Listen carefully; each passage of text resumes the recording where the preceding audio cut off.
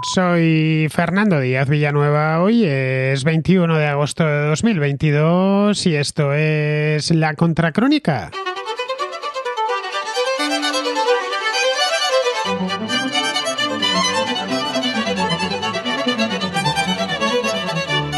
Tal y como os avisé ayer, teníamos hoy domingo, lo tuvimos ayer exactamente, sábado lo tuvimos a través de Twitter, una contrarréplica en directo. Ya sabéis los habituales que me gusta hacer un directo de audio, directos de vídeo hago muchísimos más a través de Twitch, que luego me llevo al canal de La Contra en Directo, que está en YouTube. Ya estáis tardando en suscribiros, se llama así, La Contra en Directo, pero en Twitter, que tiene un módulo de directos, empecé a hacerlo en Clubhouse, hará cosa de año y medio, y luego me cambié a Twitter porque hay mucha más gente allí que en Clubhouse, esa es la verdad. Y a mí lo que me gusta es tener cuantos más contraescuchas juntos, mejor. Así que trato de hacer, no siempre lo consigo, no siempre lo cumplo, algunos meses se me olvidan, pero trato de hacer todos los meses al menos una contrarréplica en directo, la hago los sábados por la tarde para que puedan entrar los contraescuchas de España y de Hispanoamérica y charlamos amigablemente, no sé si es la primera vez que la escucháis, durante una hora aproximadamente, hora y pico, y entran en directo, ahí sí que es una contrarréplica en sentido estricto, porque me preguntan, hacen sus reflexiones y demás en vivo y en directo, que no se puede editar absolutamente nada. Así que eso es lo que tenemos hoy en esta contrarréplica dominical. No quiero haceros esperar más, así que pasamos dentro. La contrarréplica en directo que grabamos ayer.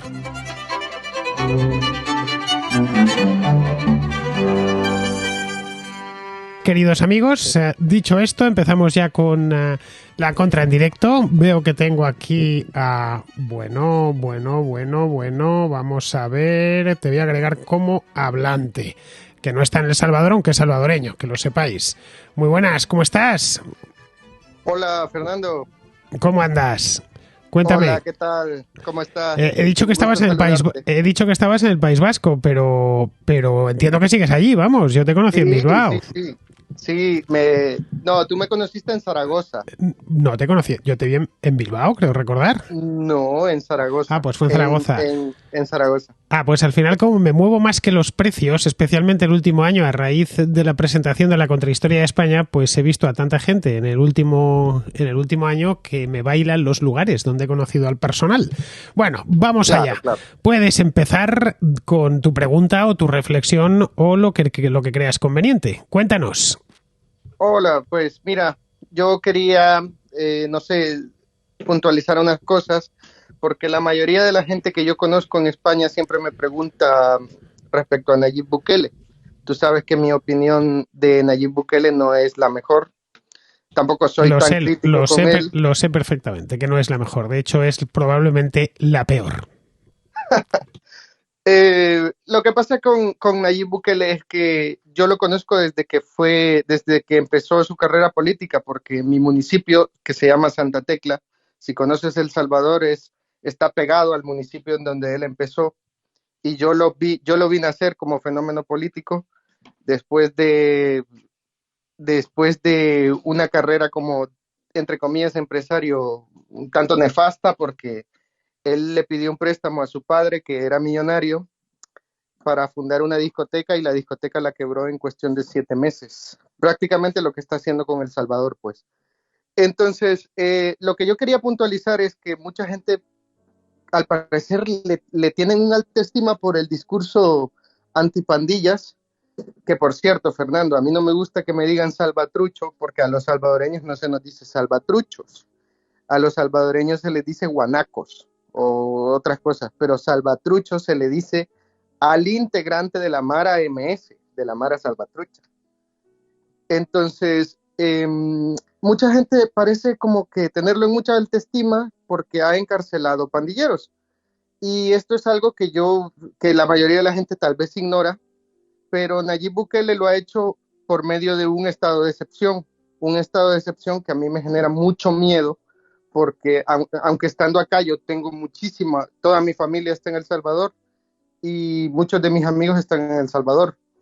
Y la mayoría de los salvadoreños conocen perfectamente de qué va el estado de excepción. El estado de excepción no es un estado para encarcelar pandilleros, como se dice, sino es un estado para que la gente no le replique a Nayib Bukele. Entonces, quizás la gente lo ignora, pero ser pandillero en El Salvador está prohibido desde que el anterior gobierno, el FMLN, lo proscribió en 2010. De hecho, hubo una matanza de las más brutales en donde unos pandilleros en oposición a ese gobierno eh, secuestraron un autobús, le dieron fuego y a los que intentaron escapar de él los acribillaron a balazos afuera, y eso en plena capital. Yo lo recuerdo muy bien porque yo estaba en el colegio en ese momento y todo el país se paralizó. Entonces, a raíz de esos incidentes, el gobierno proscribió ser pandillero. Nayib Bukele no necesita un estado de excepción para encarcelar a tanto pandillero. Lo único que necesita es querer hacerlo, pero empezó a hacer este show del estado de excepción y la mayoría de la gente se le ha quedado callada. Y yo creo que esto empezó a raíz de que el día de la independencia del año 2020, después de la pandemia, hubieron unas manifestaciones muy masivas en El Salvador en contra del gobierno, porque la mayoría de la gente de la capital está en contra del gobierno. Nayib Bukele es muy popular entre los municipios más pobres de El Salvador, que concentran la mayor parte de la población, por el simple hecho de que él regala comida, un acto que a mí me parece miserable, pues, porque cualquier persona que ha aguantado hambre toda su vida te va a agradecer una tortilla. El problema es que si tú solo planeas gobernar dándole una tortilla de vez en cuando a la gente, eres un miserable. Vamos para 4 años de buquelismo y el país no empieza a despegar ese crecimiento económico tan increíble que prometía. Y una cosa, Pero, ¿no crees que esto podría tener que ver en cierta medida con el fiasco que ha sido Bitcoin en el país? Recordemos que Nayib Bukele, y así lo he comentado yo más de una ocasión en la contra, decidió aceptar declarar moneda de curso legal el Bitcoin. Es más, planificó que no se comandará este proyecto una ciudad de la costa, muy cerquita de la costa, al lado de la frontera con Honduras, que se iba a llamar Ciudad de Bitcoin o Bitcoin City o algo así. Y todo esto, después del despegue que ha habido de Bitcoin, se ha ido abajo. ¿No crees que sí, querrá tapar sus propias cagadas anteriores? mira, lo que pasa es que la mayoría de la población no...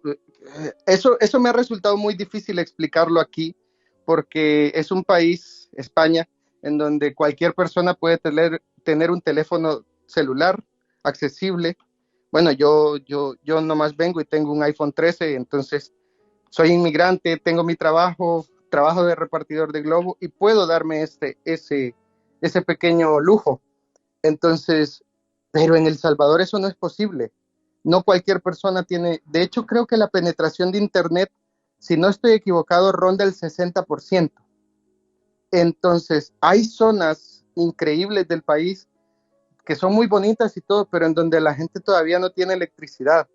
Entonces, una población que no está acostumbrada siquiera a aportar regularmente un teléfono celular, no te va a entender una moneda digital. Que yo no estoy en contra del Bitcoin, yo soy un gran defensor de las criptomonedas, Bueno, igual que pero tú. las críticas a la decisión de Bukele ya se hicieron en su momento, que pensaba por un momento que era presidente de Dinamarca y no de El Salvador, Exacto. que efectivamente que no hay una penetración de Internet, que El Salvador es un país pobre en definitiva, pero lo que no se sabía entonces es que el Bitcoin iba a perder tanto valor como ha perdido en los últimos meses.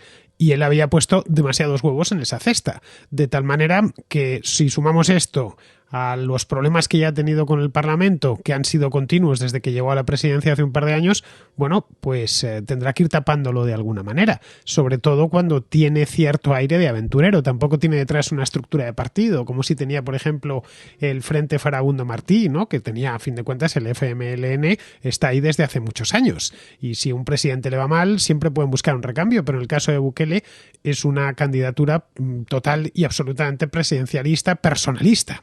Ya está, Sí, es él, empieza y termina en él.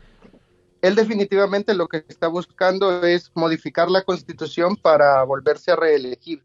Y esto es algo que la mayoría de personas no entiende de El Salvador, pero es que eso es una malísima idea, porque eso es precisamente lo que nos llevó a la guerra civil.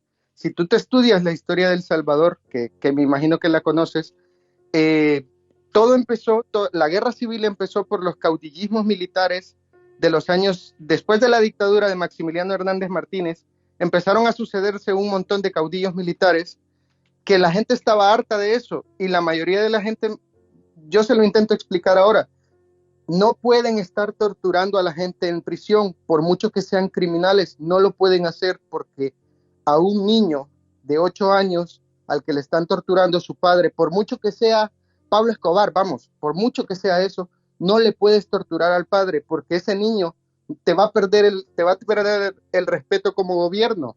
Entonces, ¿cómo iniciamos la guerra civil en El Salvador? Pues sencillamente, después de las políticas represivas de los años 40 y 50, esas generaciones que habían visto cómo los gobiernos torturaban a los criminales, les llegaron a hacer barbaridades como arrancarte la mano si robabas.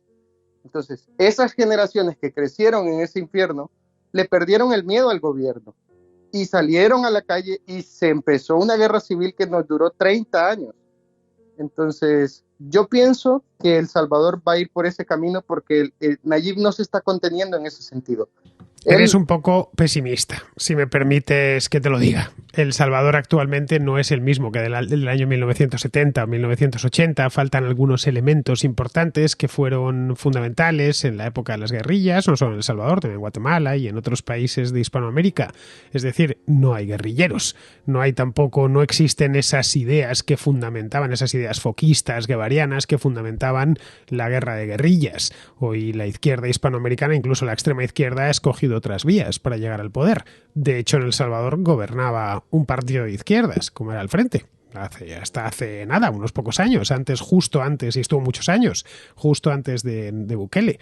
Así que yo no lo sé, si va a derivar de nuevo. La historia, a pesar de lo que dicen, no se repite nunca igual, porque las circunstancias cambian, y más en un lapso de tiempo tan largo como son 40 o 50 años. Vamos, ¿que la cosa va a acabar mal? Yo creo que sí, que efectivamente lo de Bukele va a acabar mal. Lo que no sabemos es cómo va a acabar. Pero buscar los malos desenlaces en el pasado normalmente nos llevan, créeme, nos llevan a equivocarnos y a hacer previsiones que no se ajustan a la realidad. Es como supongo que habrás oído en España muchas veces que dicen estamos como en el 36. Pues no estamos como en el 36. Hay otras circunstancias muy distintas porque han pasado casi 100 años de aquello, ¿no?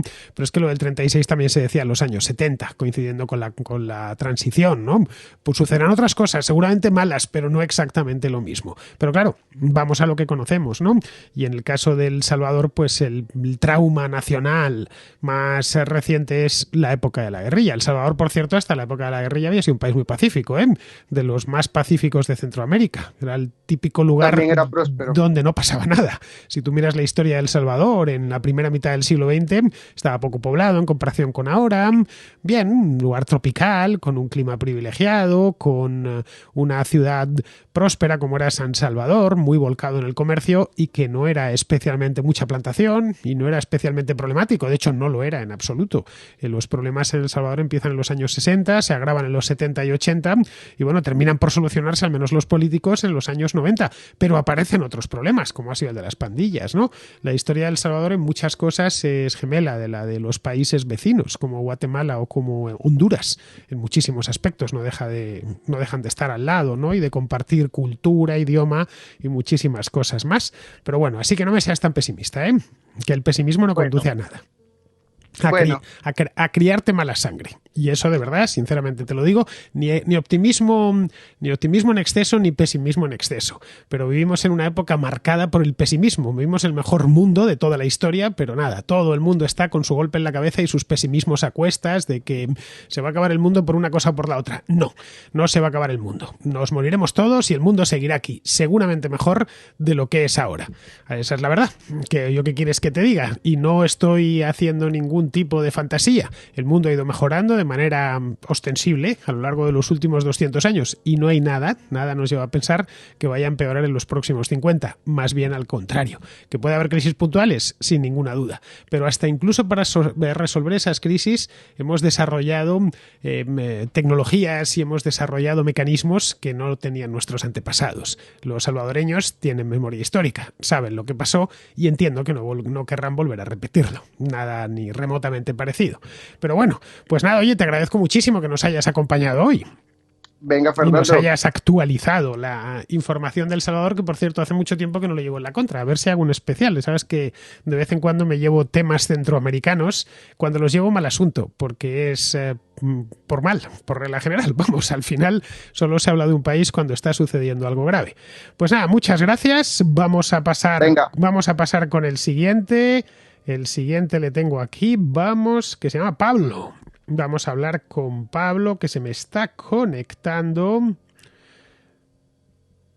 Vamos a ver si ahora... Ya es hablante. Muy buenas, Pablo. ¿Me escuchas?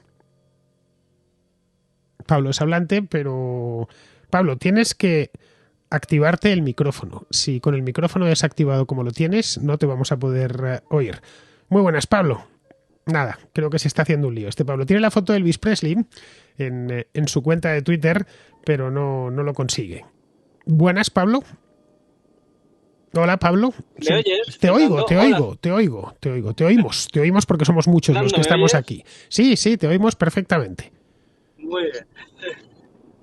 Mira, Cuéntanos. quería preguntarte una cosa. Estoy volviendo de Portugal de viaje y me surgió una duda cuando caminaba allí por las calles del Algarve.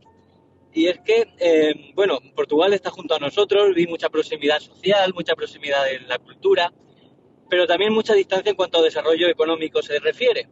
Y quería preguntarte qué cuestiones históricas crees tú que han ocurrido en estos últimos 500 años que estamos separados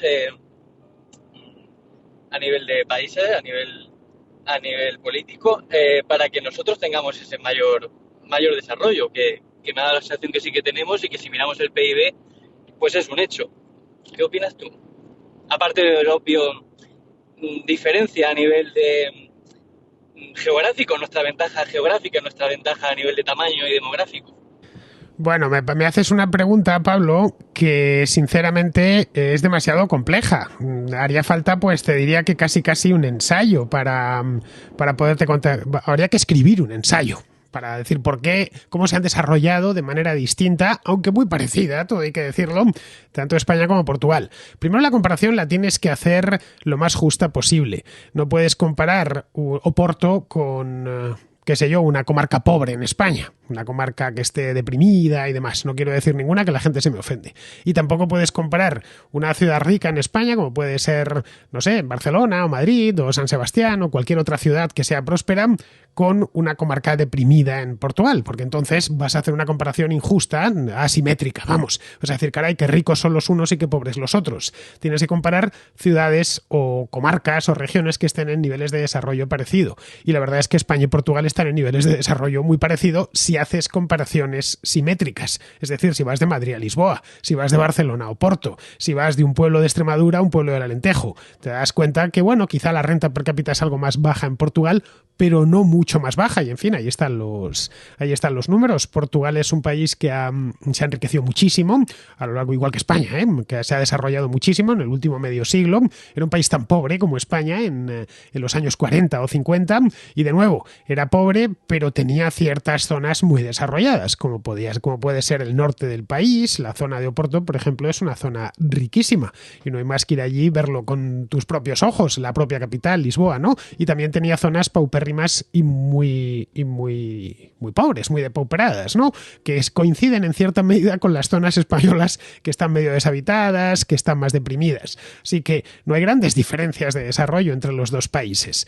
En España, eso sí, lo que sí sucedió, que no sucedió en Portugal, estamos hablando en un periodo histórico de unos 60-70 años. Si nos fijamos en los regímenes políticos, fueron muy parecidos. España y Portugal han ido de la mano. Aquí tuvimos el franquismo, allí tuvieron el Estado Novo, que fue incluso más largo que el franquismo. Se terminó un año antes, pero es que había empezado mucho antes. Y quitando eso, la parte, digamos, política, de los regímenes políticos, en Portugal tuvieron una guerra, la guerra de las colonias, que les drenó muchísimos recursos durante los años 60. Y durante esa década fue la década en la que España dio el gran salto al primer mundo. Fue una década de un desarrollo muy intenso, con crecimientos del PIB muy grandes cada año, del 8, del 9, del 10%, y esa década no fue propiamente una década perdida para Portugal, pero que no la aprovecharon desde luego tan bien como si se aprovechó en España en aquel momento. Tenía mucha más tranquilidad para desarrollarse, además se hizo el plan de estabilización, una serie de reformas, de liberalizaciones que a la economía española le sentaron muy bien. Luego, si te fijas, si ponemos el reloj del tiempo a correr, Franco se muere en el 75 y la Revolución de los Claveles es un año antes, en 1974. Entran juntas a la Unión Europea, la Comunidad Económica Europea que se llamaba entonces, acceden en el 86, pero la firma del acceso fue en junio del 85, vamos, 6 meses antes, y se hizo el mismo día. Primero en el Palacio Real de Madrid y se fueron todos hasta Lisboa, hasta el Convento de los Jerónimos, creo que se firmó, a firmarla. Y desde entonces han ido un poco en paralelo. España ha tenido algunas ventajas, como que tiene un mercado interior más grande y eso ayuda, evidentemente. No es lo mismo para, qué sé yo, una compañía telefónica, por ejemplo, pues disponer de 40 o de 50 millones de potenciales clientes en un mercado que está más o menos cerrado que disponer de 8 o 9, como le sucedía a los portugueses hace 40 años, ¿no?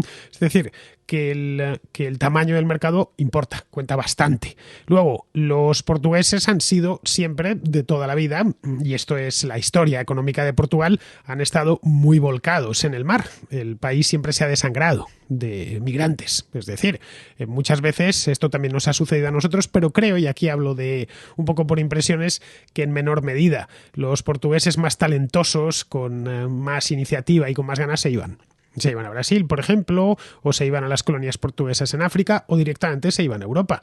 Hay países en Europa como Suiza donde uno se encuentra comunidades portuguesas gigantescas. Creo que es algo así como en Suiza se habla alemán, italiano, francés, romanche y luego portugués. El portugués, de hecho, lo habla más gente que el romanche, que el retorrománico. Así que esto nos viene a decir lo mismo, que la inmigración es cuando la gente se queja de la inmigración, pero lo verdaderamente trágico para un país es la inmigración. Es cuando se le va a su gente, cuando se le va la sangre. Un país lo conforman sus personas, no sus infraestructuras. Entonces, cuando se te está yendo la gente, y siempre se van los mismos, siempre se van los mejores, los más decididos, los que, por decirlo malamente, los que más huevos tienen de empezar una nueva vida en otro país muy lejos. Bien, Portugal ha estado siempre muy machacado por la emigración. En España también ha sucedido, pero creo que no en la misma medida. Pero por lo demás son muy parecidos. No hay un salto de renta brutal, como por ejemplo ves cuando pasas a Marruecos, que ahí sí lo ves. Cruzas la frontera en Ceuta o en Melilla y realmente sabes, desde que pones el primer pie allí, que estás en el tercer mundo en todos los aspectos. En Portugal no sucede nada de eso. Es un país donde puedes beber el agua del grifo, la luz no se va, las autopistas son buenas, de pago, por cierto, pero buenas, los ferrocarriles más o menos funcionan, vale, es cierto, no tienen una red de alta velocidad como la nuestra, pero tienen un tren que funciona muy bien, que va de Lisboa a Porto, que se llama Alfa Pendular, que es un tren muy cómodo, no tan rápido como el AVE, pero vamos, que es un país que está bien, no hay más que ir a Lisboa o a Porto, ya te digo, a las dos grandes ciudades del país, y uno se encuentra con unos niveles de vida perfectamente asimilables a los españoles. Lo que se junta a que hablan un idioma muy parecido al nuestro, a que tienen un estilo de vida muy parecido al nuestro, y uno cuando llega a Portugal y vienes de allí, pues entiendo que te habrás sentido como en casa. Bien, vamos a continuar, vamos con Andrés, que le voy a agregar como hablante, que es como llama esto Twitter. Andrés está conectando en estos momentos. Ahí está. Andrés, el micrófono. Tienes que activártelo. Ahí está, ya lo tienes. Está. Muy buenas, Andrés. ¿Cómo estás? Muchas gracias. Un gran honor estar contigo y con toda la gente que te escucha. Te hablo desde Bolivia. Yo soy liberal, conservador, una cosa muy extraña en estos lares. Así que, pues a tus órdenes, quería comentarte algunas cosas de lo que pasa en Bolivia, sobre todo temas económicos, de inflación. Y bueno, la gente cree que aquí tenemos un gobierno maravilloso con la inflación tan baja y resulta que hay varios aspectos que analizar, ¿no?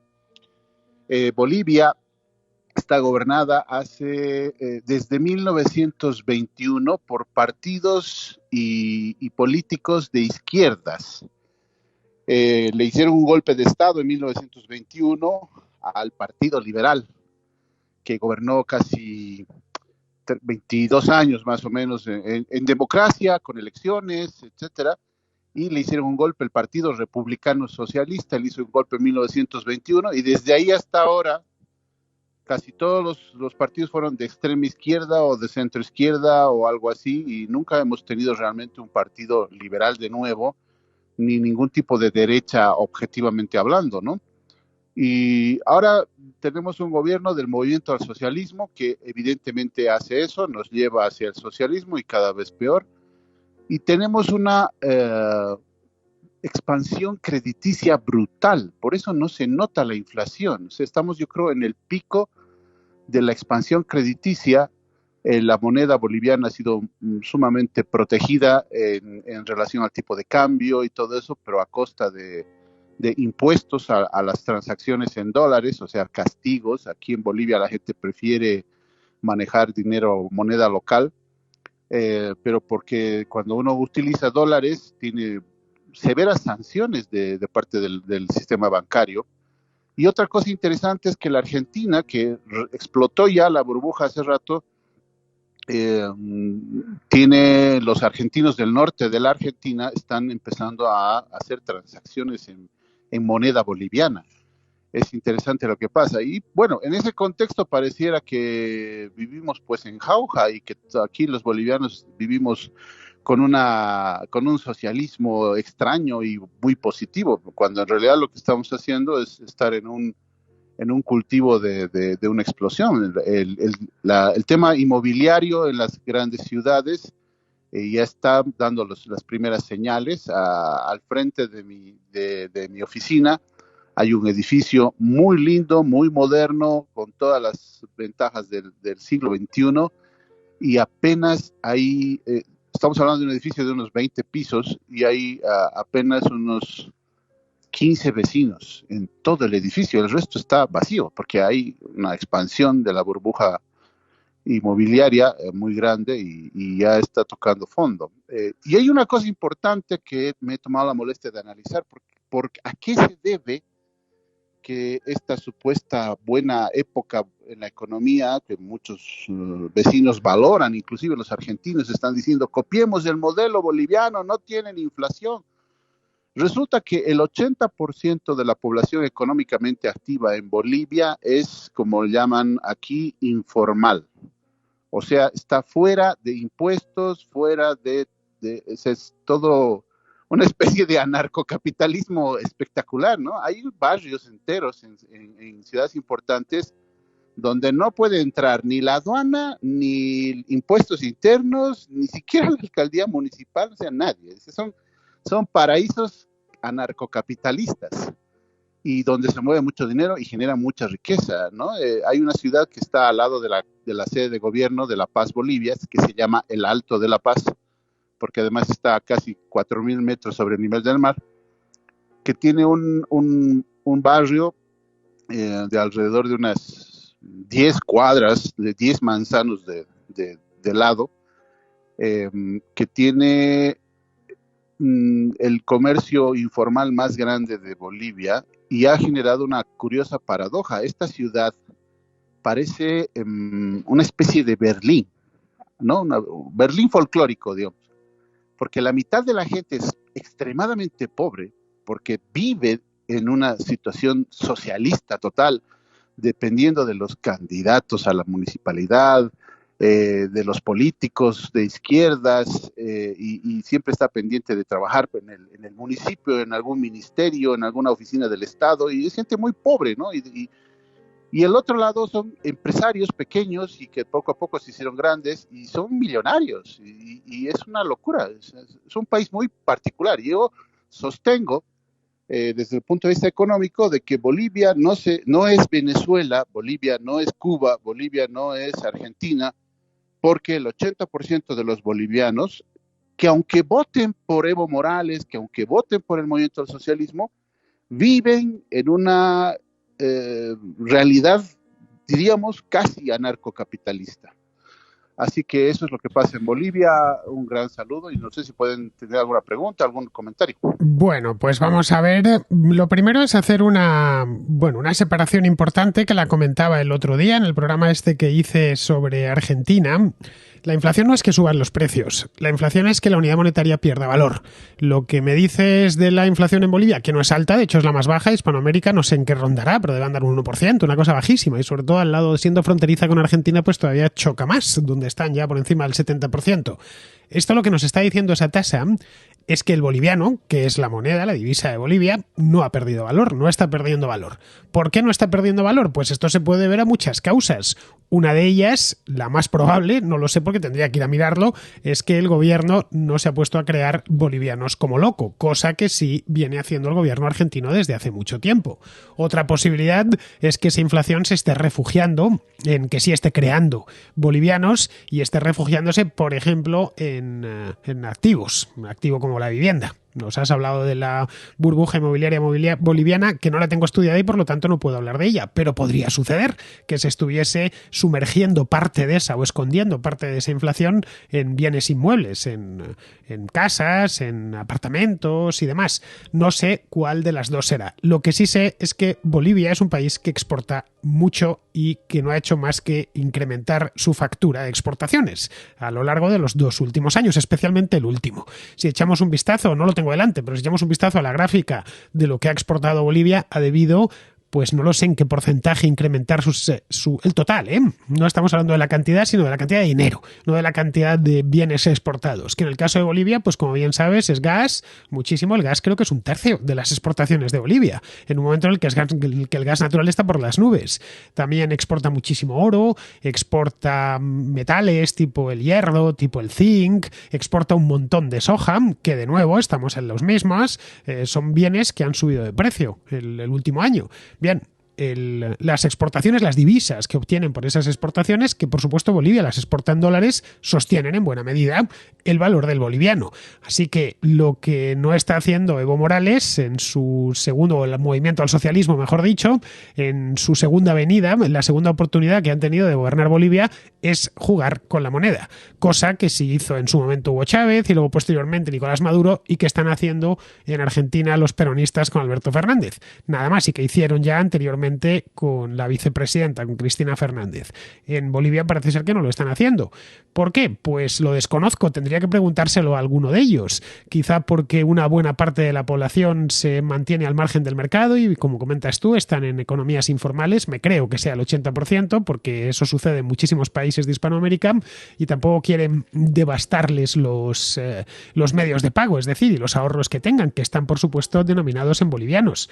La gente, tú, yo, cualquiera, el dinero que recibimos por nuestro trabajo lo recibimos en una divisa concreta. Si esa divisa no se deprecia, no la cambiamos por otra. Los argentinos huyen al dólar porque saben que sus pesos cada vez valen menos. Nada más, por ninguna otra razón. Miren, en Europa tenemos ahora un problemilla con la inflación que no recordábamos, porque la última vez que hubo inflación alta aquí fue hace 40 años y la gente está un poco nerviosa, no recordaba esto. Decía, ¿cómo? Que la inflación es del 10%, que la inflación es del 8%, que el euro pierde valor. Y efectivamente el euro pierde valor, no hay más, y esto no se tenía, pierde valor de una manera acelerada, quiero decir, el euro ha perdido valor, si sumamos todas las inflaciones desde el año 2000, vemos que ha perdido muchísimo, pero de una manera acelerada, visible, digamos tangible en el corto plazo. Eso los europeos lo están empezando a ver ahora. Y ojo, es solo un 10%. No quiero ni pensar si nos metiesen aquí como en Turquía o como en Argentina un 70%. Estaríamos huyendo ya todos como locos al franco suizo, estaríamos huyendo al dólar estadounidense y entenderíamos perfectamente a los argentinos. De ahí que sea tan importante controlar la inflación, es decir, controlar el valor de la moneda. Los bolivianos, por muy socialistas que se digan, el gobierno boliviano no ha ido por ese camino. Entre otras cosas, porque tiene una parte de la población fuera del mercado formal, porque no es un país excesivamente poblado, porque tampoco tiene un sistema de subsidios y de programas sociales tan grande como el argentino, no tiene que gastar tanto en una palabra, y porque lo que exporta son bienes muy demandados en el extranjero cuyo precio ha subido. De la misma manera que ahora están pues descorchando botellas de champán, en el momento en el que el gas o el petróleo caigan de precio, y lo harán porque esto fluctúa, pues verás cómo hay problemas. Como hubo problemas en Bolivia en el año 2015 después de que se despeñase el precio del petróleo. En estos países que están muy sujetos a la exportación de una o de dos materias primas muy concretas, en el momento en el que el precio de esa materia prima se viene abajo en el mercado internacional, automáticamente hay problemas políticos. Ojo, y esto no es de ahora, ¿eh?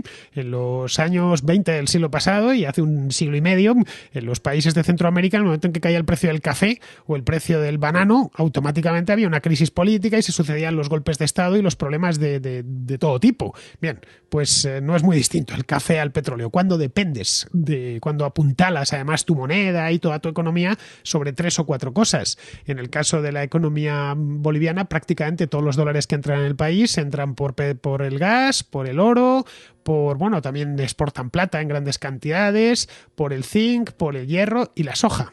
Y ya está. Y eso, en esencia, es la economía boliviana. La economía, por lo menos, que se vuelca al exterior, su interacción con el mundo. Estamos hablando, no lo sé qué porcentaje será, pero es que estoy convencido que es más del 60 o el 70%. Así que esa yo creo que es la razón por la cual no hay inflación. No la hay todavía. Podría llegar a verla si mañana el movimiento al socialismo pues decide hacer experimentos, digamos, con la moneda. Y también tiene razón de ser que los argentinos, que son vecinos, pues se refugien en los bolivianos. Ahora mismo un argentino con una inflación tan alta se refugia en cualquier cosa. Lo que le pongas delante lo va a comprar.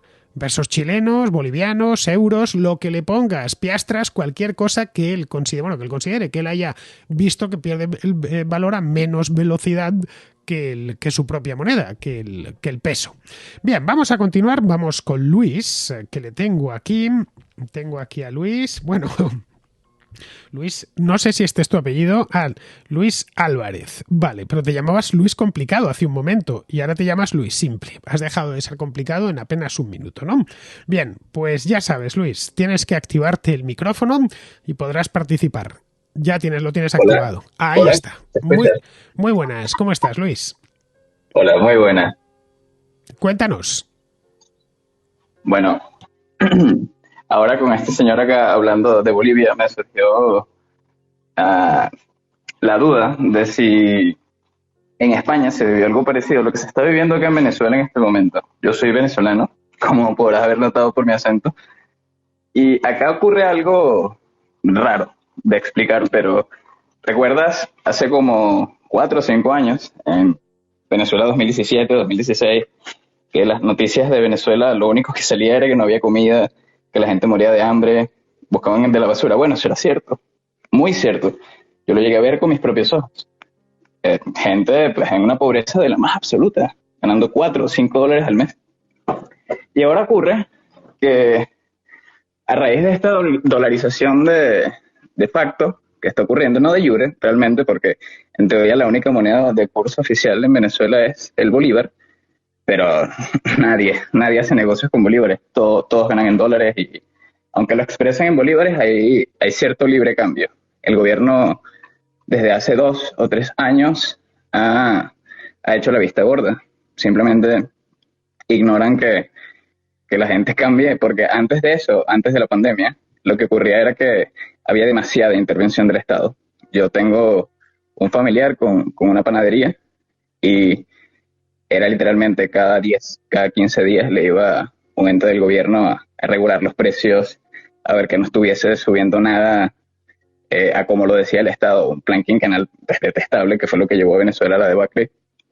Bueno, eso lo eliminaron. Y a lo que iba era que a raíz de esto los sueldos han subido bastante, pero la población está algo polarizada. Bueno, siempre lo ha estado. Y lo que ocurre es que hay gente que siente este pesimismo de nuestro amigo salvadoreño o de nuestro amigo boliviano y una negatividad pues terrible. Y siento que hay como una especie de amnesia selectiva, como que no recuerdan que hace 4 o 5 años literalmente no había nada de comer. En Venezuela ahora hay de todo, literal productos de cualquier categoría característica, importados sobre todo. En Venezuela hay una importación ahora mismo pues galopante.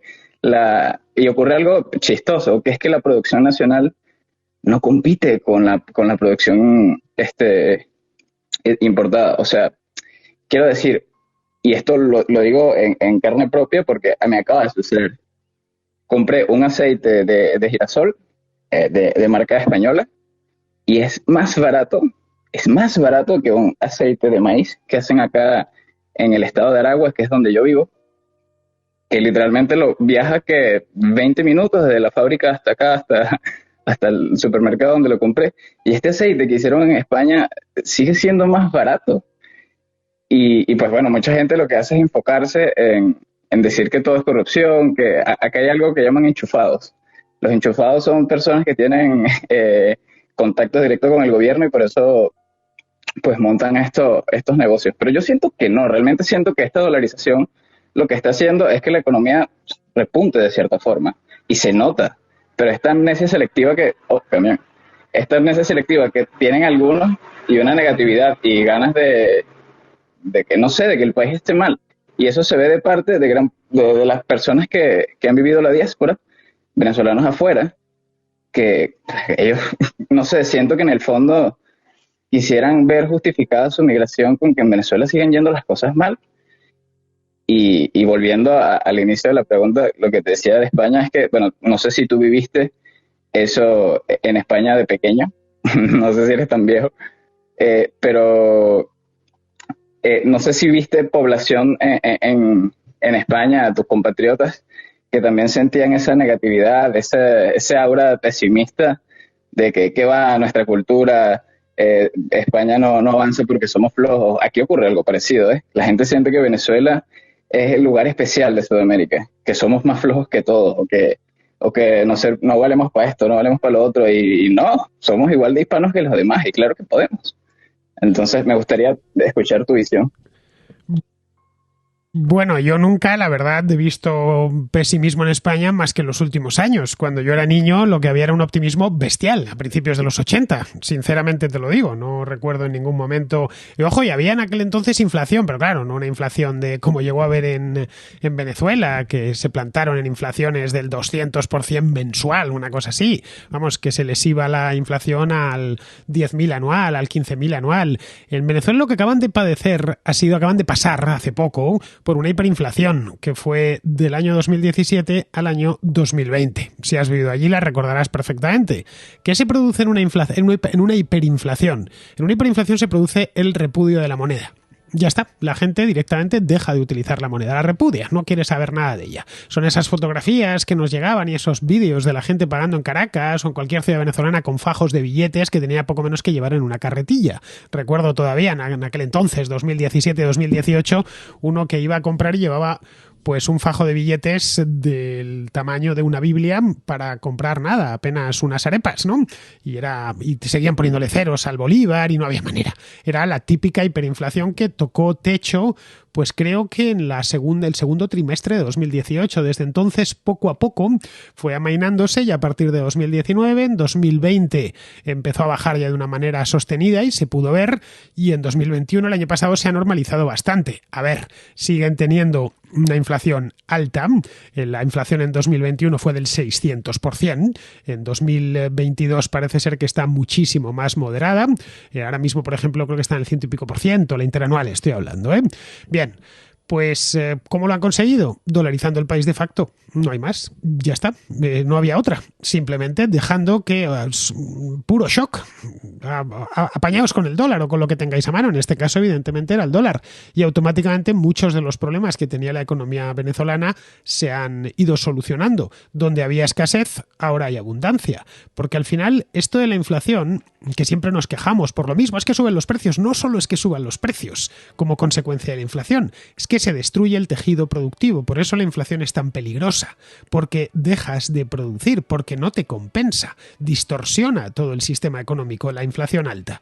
De ahí que, como pasó en Hungría en el año 46, como pasó en Alemania en el año 23, como pasó en Zimbabue a principios de siglo, en el año 2007-2008, y como pasó en Venezuela en 2018, la economía no producía nada. Ese era el gran drama de Venezuela. Nadie quería producir nada porque no había medios de cambio. El medio de cambio estaba inflacionado, estaba destruido, de hecho. Ese fue el gran, digamos, la gran obra de Maduro en su primera parte del mandato. En la segunda vio que no quedaba más remedio, que había estado haciendo no experimentos. Es que lo de Maduro durante esos años fue tremendo. Seguramente asesorado, influido por Bueno, pues por los de siempre, ya los conoces, ¿no? Esos asesores, muchos de ellos españoles, que le han hecho tanto daño a Venezuela en los últimos 20 años y tuvieron que reconciliarse con la realidad. Con la moneda no se pueden hacer demasiados experimentos porque cuando los haces pasa lo que pasa. Al final, tú en el año 2018, en plena hiperinflación, se podían encontrar cosas en Venezuela, pero solo en dólares. El problema es que el dólar estaba perseguido. Hoy no está perseguido. Hoy tener dólares o cobrar en dólares no está perseguido. Simplemente levantaron esa prohibición.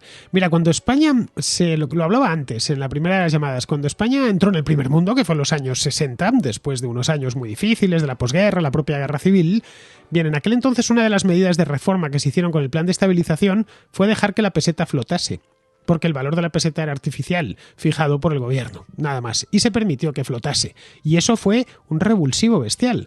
Uno de los problemas es que no se enseña a los adolescentes qué es el dinero y cómo funciona.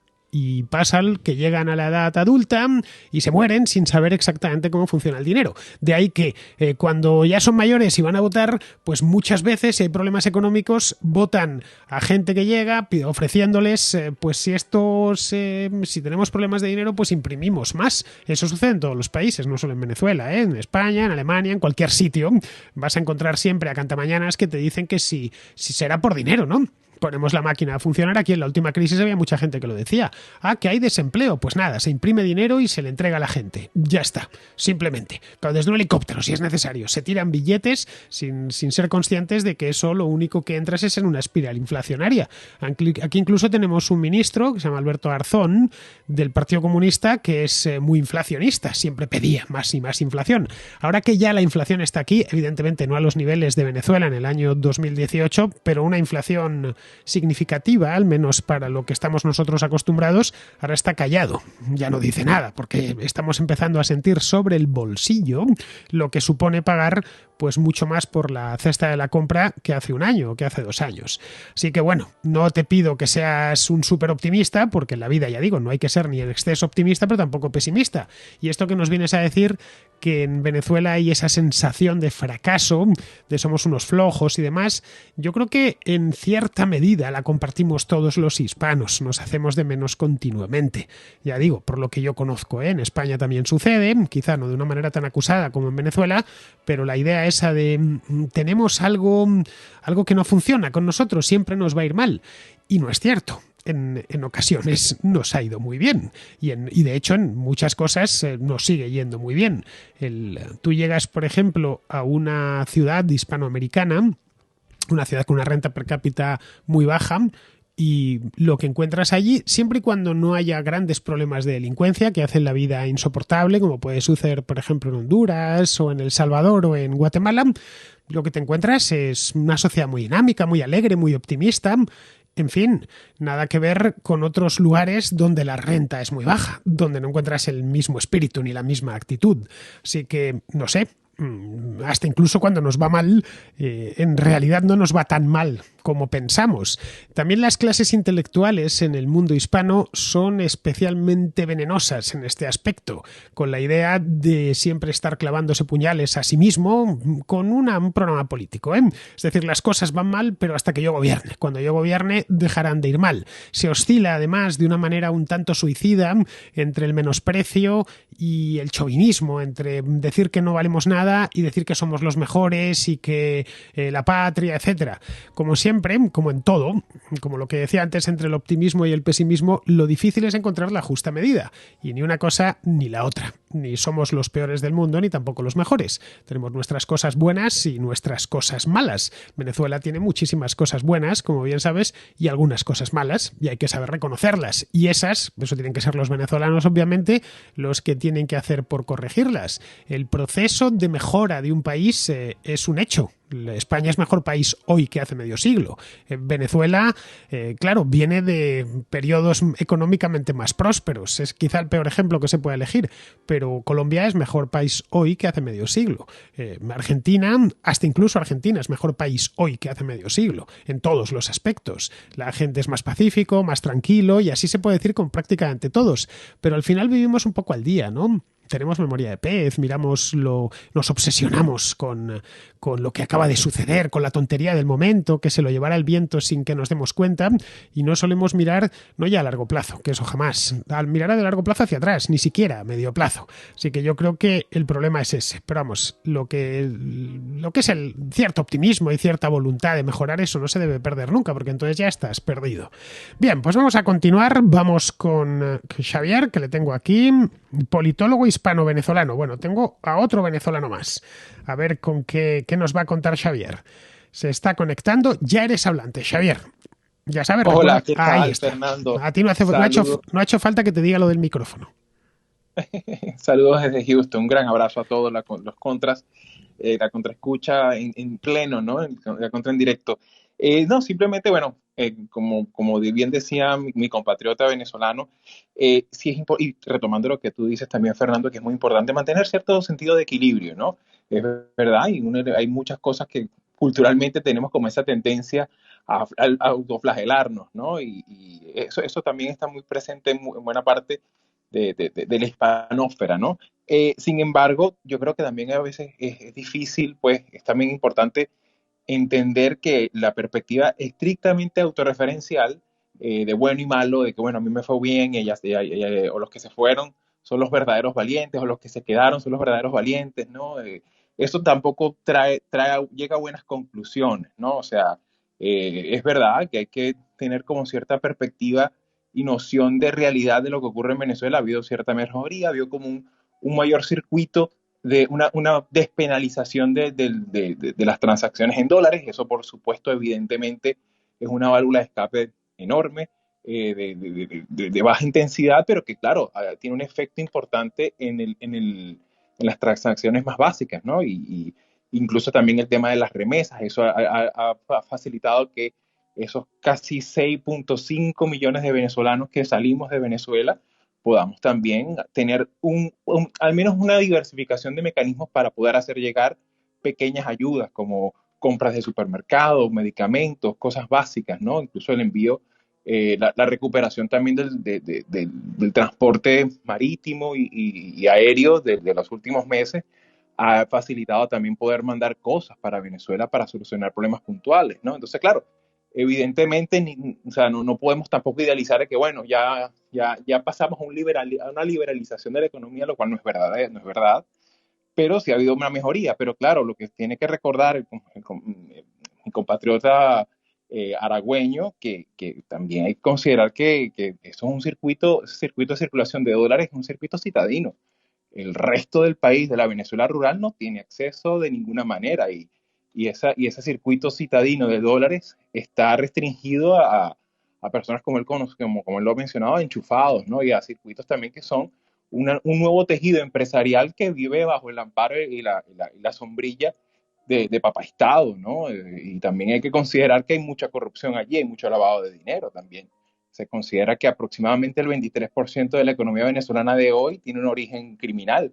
O sea, es economía ilícita, ¿no? O sea, eso es un elemento que hay que ponerlo también en consideración, ¿no? Y también, bueno, el tema de esos 6.5 millones de venezolanos. O sea, hay que verle la cara. Lo que antes era un presupuesto público para casi 30 millones de personas, ahora es un presupuesto público que para una cantidad de gente mucho menor, ¿no?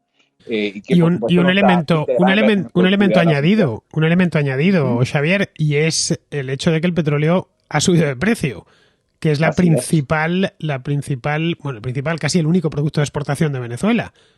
Pocos países en el mundo hay más sensibles al precio del barril, creo que es el más sensible del mundo al precio del barril que Venezuela. En el momento en que el petróleo se ha ido a $100, los problemas no se han acabado, pero sí se han dulcificado mucho.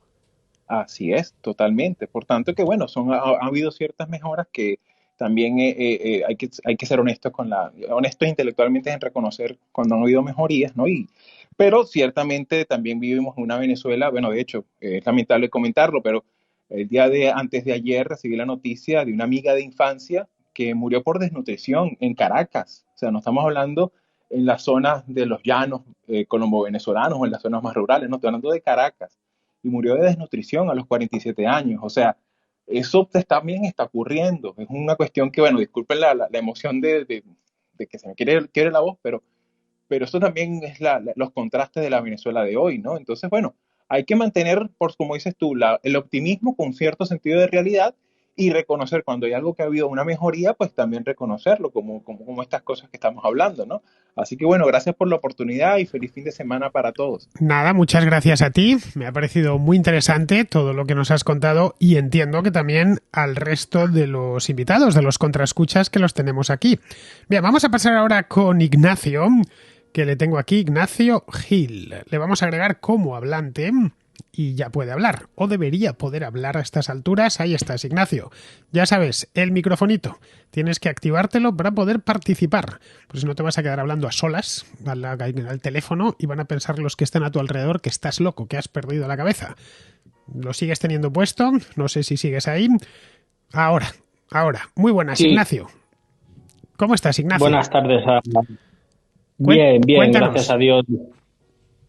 Bueno, yo, gracias por el espacio, muy interesante lo que estáis hablando. Sin duda, a nivel general, los gobiernos del planeta se han metido en una dinámica expansiva de la que no pueden salir. Ya incluso China, que había empezado a subir los tipos de interés, les ha tenido que volver a bajar porque la crisis allí es tremenda. Entonces, esto va a pasar aquí también en España y en Europa y en Estados Unidos. Van a tener que volver a bajar los tipos. No hay otra salida. Con lo cual, yo el único puente que veo hacia otro futuro puede ser Bitcoin, o si no, estaremos abocados a una tecnocracia comunista cada vez más insoportable. Bueno, nos lo fías cortísimo. O suben los tipos mejor dicho, o Bitcoin o una tecnocracia comunista insoportable. ¿No crees que puede haber algo entre medias, entre una cosa y la otra? ¿Sí, Ignacio? Puede haberlo. Para cortar Bitcoin podrían cortar Internet, que sería la única manera de eliminar Bitcoin. Pero no hay salida a esta situación. Estamos en una lucha de poder, de intereses creados, y los gobernantes, los que mandan, saben que la impresora es su herramienta, su anillo de Frodo que les da el poder, aunque es destructivo, destruye la vida de las personas más humildes y acrecienta las desigualdades. Pero es lo que les da el poder. Por eso incurren tanto en contradicciones y cabalgan tantas contradicciones estos políticos, porque son psicópatas. Entonces, esto, tiene que saberse y que los ciudadanos establezcamos estrategias para defendernos de los políticos. Pero los políticos todos mienten. Bueno, alguno que otro de vez en cuando dice la verdad, pero sí, por regla general suelen mentir o decir medias verdades porque les va en el sueldo. Bien, yo respecto a lo que estamos en una situación límite, que el mundo se va a acabar, que no vamos a poder salir de esta. Bien, vayamos a la historia. Hemos salido de muchas peores. La Segunda Guerra Mundial fue una carnicería tremenda que dejó además al viejo continente completamente devastado y se salió de esa. Y a los 15 años después de la guerra, ya digo, el continente devastado. Países enteros como Alemania o como Italia o la propia Austria estaban destruidos. Las imágenes de los primeros años de la posguerra de Europa no parece Europa. Bien, pues se salió de aquella. Se salió de la Primera Guerra Mundial. Los seres humanos, vamos a las sociedades occidentales. Solo hemos salido de pestes, de todo, absolutamente de todo. Pensar que ahora, porque unos tipos se están dedicando a endeudarse, no vamos a salir de ella, pues será más o menos doloroso, pero os aseguro, y esto os lo digo ya, y además no es que toque madera, es que os lo aseguro, que la salida de esto será menos dolorosa que la salida de la Segunda Guerra Mundial, donde además hubo que enterrar a 60 millones de personas y hubo que reconstruir ciudades y países enteros. Bien, no estamos en la misma situación. Es bueno por eso echar la vista atrás y no quedarse solo en el presente, en lo que nos está pasando a nosotros. Nosotros vamos a estar aquí muy poco tiempo, que a veces se nos olvida, y vendrán otros, y antes estuvieron otros, y luego otros, y luego otros, y muchos de los que nos precedieron, la mayor parte de hecho, por no decir todos, lo pasaron peor que nosotros. Las generaciones anteriores a la nuestra tuvieron unas vidas más cortas, unas vidas más brutales, más en las que dominó el dolor en todos sus aspectos de una manera mucho mayor que ahora. y tuvieron que atravesar, en fin, periodos durísimos de hambrunas, de carestías, de enfermedades, de guerras directamente. Y no estoy yéndome a los hombres de la Edad del Bronce, ¿eh? Estoy hablando de la propia historia contemporánea, vamos, desde las guerras napoleónicas. Así que no estamos en ningún momento especial, no vivimos un momento especial, sino uno más especialmente próspero de la historia de la humanidad y con muchísimo conocimiento. ¿Significa esto que las cosas están bien? A la vista está que no, están peor que hace 3 años. ¿Que estarán dentro de 3 años mejor o peor? Pues la verdad es que no tenemos ni idea. Evidentemente hay un problema, como el que nos acaba de comentar de la deuda, pues sí, está claro, el del envilecimiento de las monedas, pero esos son problemas, no es que el mundo sea un problema. Bueno, queridos, pues llevamos ya lo tonto, llevamos 1 hora aquí de charla en la contrarréplica en directo y no me gusta hacerla más larga de 1 hora porque luego esto se va a programar mañana en el canal, vamos, en YouTube y en iVoox. Así que voy a terminarla aquí porque en alguna ocasión me ha salido una contrarréplica de 1h30 y se me han quejado. Bueno, queridos, pues aquí mismo terminamos ya la contrarréplica en directo y a los que lo estéis escuchando en diferido, os emplazo a que regreséis por aquí el programa de lunes, es decir, el programa de mañana.